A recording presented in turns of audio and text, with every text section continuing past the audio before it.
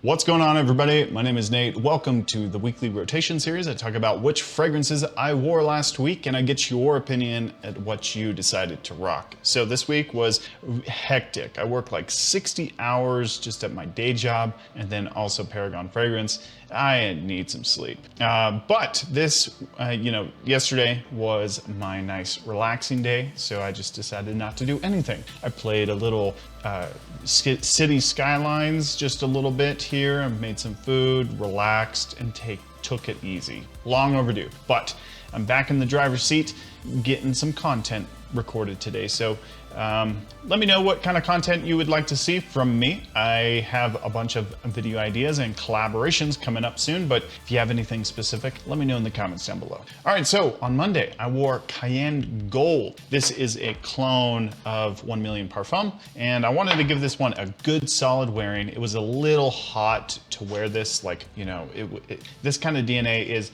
it is kind of a spring fall fragrance, but in the high heat, it kind of, comes across a little cloying. But that being said, it's still so fantastic. The orange flower in here, this kind of nice sunscreen, kind of ozonic kind of quality in here too. It's vanillic heavy. I did a video comparing these two.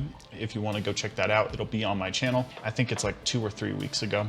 But I pulled the similarities to these ones very much so. This one does not have the animalistic kind of chord in here. So this one has kind of an animalistic musk in here. This one relies so much more on the airy lightness of the DNA, which is really fantastic, and I love it so much. It definitely has that kind of sunscreen kind of quality to it. So it's really good. A lot of spice in here too. Just a really good option if you're looking for 1 Million Parfum. Maybe give it a shot. I mean, you're not going to be spending too much more just getting the original, and I feel like it's worth it. But this one is a good alternative if you're looking for a kind of uniquer fragrance and a fragrance design than the 1 Million bar that they got going on, the gold bar. But they smell pretty much identical, just a touch of an animalistic note from 1 Million Parfum. All right, then on Tuesday was a long day, but I wore Bleu de Chanel. It was pretty nice. I sprayed I overspray nowadays. I usually spray with my fresher fragrance, I spend like 10 or 12 sprays. I just don't care anymore. But Bleu de Chanel is super good. Everyone knows it. The Parfum version is one of my favorites. I spout that out a lot online. The Eau de Parfum would be second. And the Eau de Toilette is good. I bought it years ago and it didn't really perform all that well. I don't know how it is nowadays, but it was just not, I returned it. I ended up returning it because the performance was just lackluster. I wore it to, a Christmas dinner long time ago, and I wore like 7 sprays and no one noticed. Or maybe people did notice, they just didn't say anything. But the Parfum version, one of the best, one of my favorites. And then also the Eau de Parfum is really good too. All right, then YSL Y Eau de Parfum was the other one that I decided to wear on Wednesday. And Wednesday was a long day too. It was a 15-hour day. So I wore this, and this DNA kind of gets me through the whole day. It's fresh, it's sweet, it's appley fresh, ginger. They have so many different versions of the Y DNA. They have the Eau Fresh version, the regular version. I would love to get the regular version. And then they have, the Elixir now. They have the Intense, the Eau de Parfum Intense. I still feel like this one is still my favorite. Kind of this one and then the Eau Fresh. The Eau Fresh is a nice fragrance to wear when you're not expecting a lot of longevity. But this one I feel like is my favorite of the whole line because it has that appley sweetness. And that ginger note in here is super good, and it's super long lasting. I can spray this one on and easily get a 10-hour day out of it. Obviously I did a 15-hour day, but at that point you stop caring what you're wearing and you just want to get home and go to bed. All right, then on Thursday, I did not wear a fragrance out the door, so I had to resort to my gym bag, and my gym bag is usually riddled with blue fragrances. I got Prada Ocean here, and I wore this on Thursday. This was in my gym bag at the time, and so I decided to rock it because it was the only fragrance I had on me. It was a long day before, and I woke up and I needed to just run out the door. So I just wore this. But this is super good.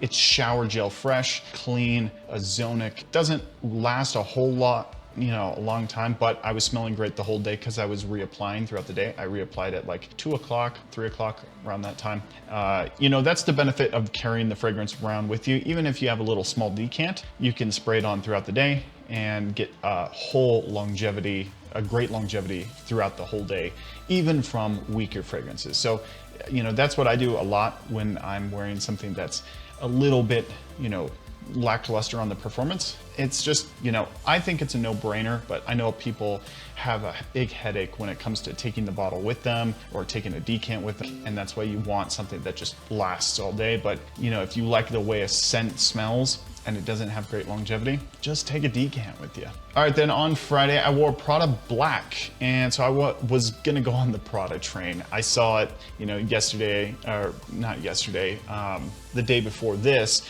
I wore the ocean version. So I was like, you know what, let's just do the black version. I'm really working up the courage to actually buy the Le Parfum.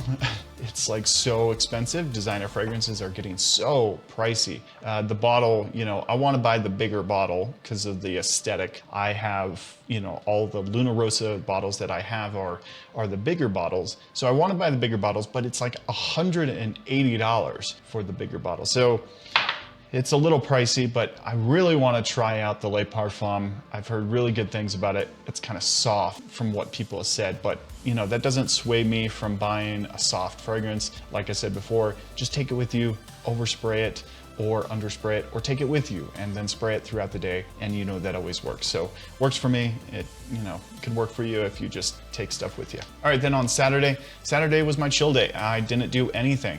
I needed to get some stuff done on Paragon Fragrance, but I decided not to. So I just went with something casual. We just went and got a coffee and that kind of thing. So Gucci Pour Homme Cologne. This one, I wanted to smell like baby powder that day, so I went with this. This one is juniper heavy. It's juniper berry. It's got cypress in here, woodsy notes, and this kind of like powdery baby powder kind of smell. It's nice. It is really nice. It's an easy casual wear. It smells fresh and clean. A great summertime fragrance because when you're in the summer heat, you just want to smell fresh and clean and airy and light. And that's what this does perfectly. I really want to try the Elixir one of these days. I've been talking with a buddy of mine on Instagram, and he picked up the Elixir recently. And it's a fragrance, once again, I want to pick up. The designer prices are just getting so outrageously expensive that it's really hard to justify. Even as being a content creator for them, even though I can write them off, it's still super expensive. And it's like, can I even justify that? Because in terms of like content creation and like how much I make from each video, I make like maybe $7 to $12 per video. On a good video, like if I do a really, really good video, I can make up to like $20 from the AdSense, maybe $20, $30 over a long period of time. Some of my videos, can accumulate a lot more. I think my highest grossing video from just AdSense was $300, but that's over the course of almost a year and a half of it being online, and it's accumulated, thousands and thousands of views. So $300 over a year and a half, that doesn't pay for a designer fragrance. Well, it does, but Anyway, so you buy a designer fragrance for, let's say 180 plus tax, $200. And if I make a video, like a really high detailed video, I'm making like $7. And then over the course of a year, from that video, I'm probably making $60. So it doesn't make a lot of sense, is what I'm basically trying to say. Which goes back to, I am just doing this because I love it. I love collecting fragrances, I love interacting with you guys, and that is the moral of the story. Anyway, thanks so much for watching the video, everyone. Let me know in the comments down below, what fragrances did you decide to wear, and do you have any fragrances on the way or coming in that you are excited to wear? Let me know in the comments. I would love to hear what you have to think. Thanks so much for watching, everyone. We'll see you next time.